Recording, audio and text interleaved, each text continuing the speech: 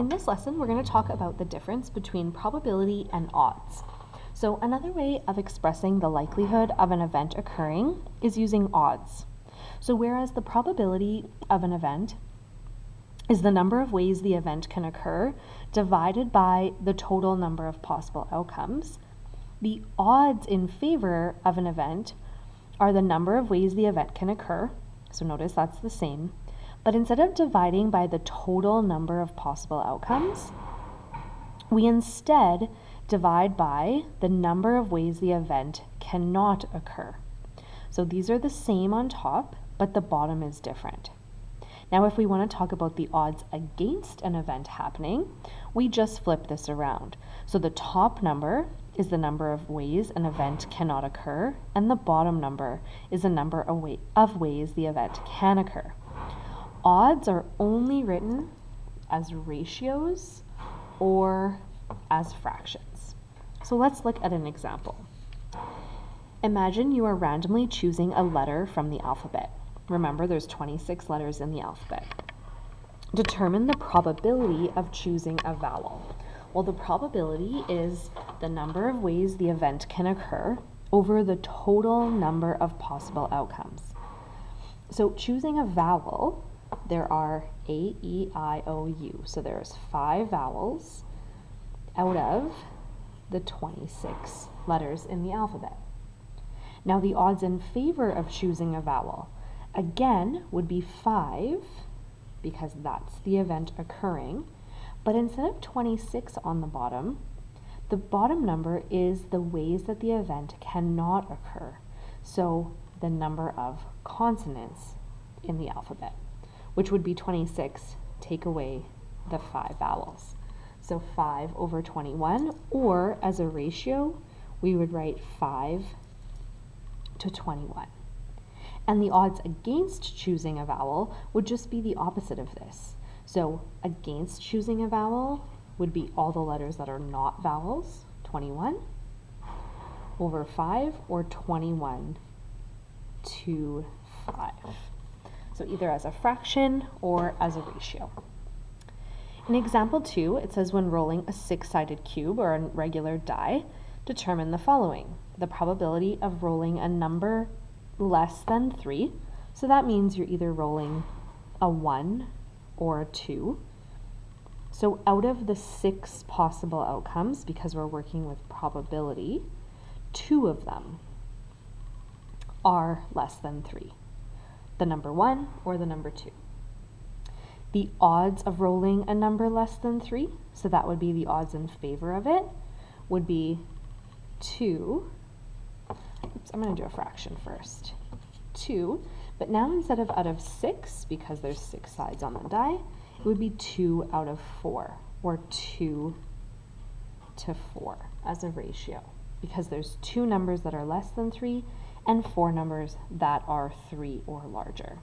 And the odds against rolling a number less than 3 would be 4 to 2 or 4 to 2, because there's 4 numbers that are 3 or more and 2 that are less than 3.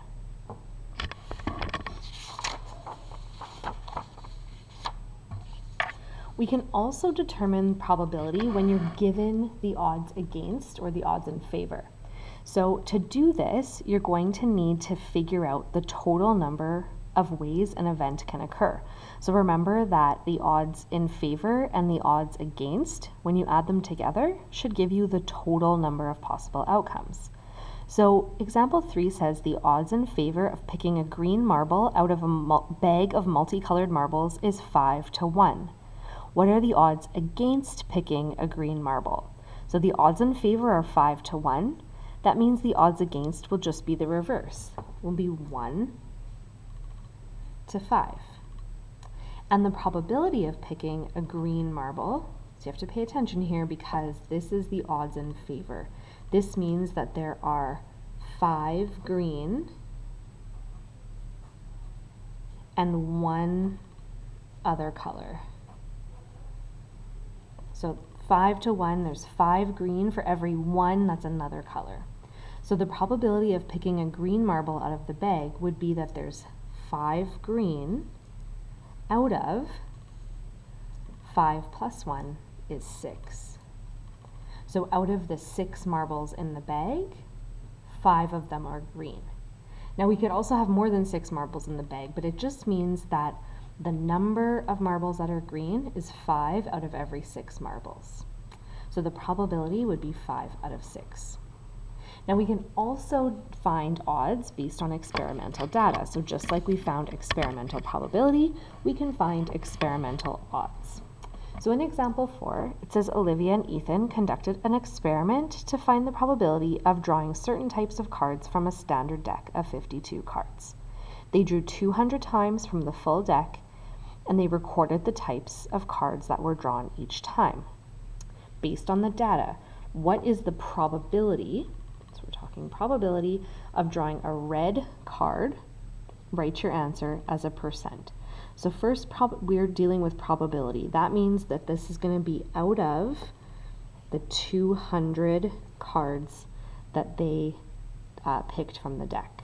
So out of all of those, we can see here, red was 107. So that's as a fraction. Remember to change this into a percent, because it asks for your answer in a percent. You would divide 107 by 200 and then times by 100. So 53.5, we'll call it 54%. What is the probability of drawing a queen? So again, we're talking probability. So we've got 20 queens drawn out of 200 draws. This wants it as a ratio. So as a ratio, we should try and reduce this fraction. So 20 out of 200 reduces to 1 out of 10 if we divide both by 20. So 1 out of 10. So as a ratio, you could actually either write 20 to 200 or 1 to 10. Those are both equal to one another. What are the odds in favor of drawing a face card? So the odds in favor of drawing a face card, they drew 45 face cards.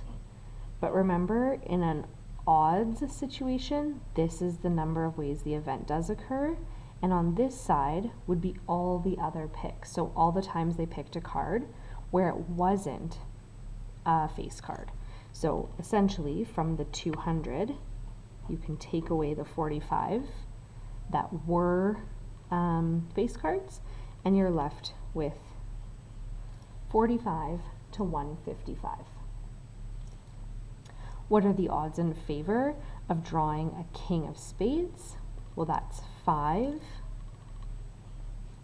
and it's out of the 200 draws of the deck, but for odds, we need to know all the cards that were not the king of spades. And what are the odds against drawing a black odd number? So you can see here, it was 47 of them that were black cards that were odd numbers. Now this is the odds against. So in this one, the 47 comes at the end. And here we would do 200 take away 47, which would be 153. So the odds against drawing a black odd card are 153 to 47.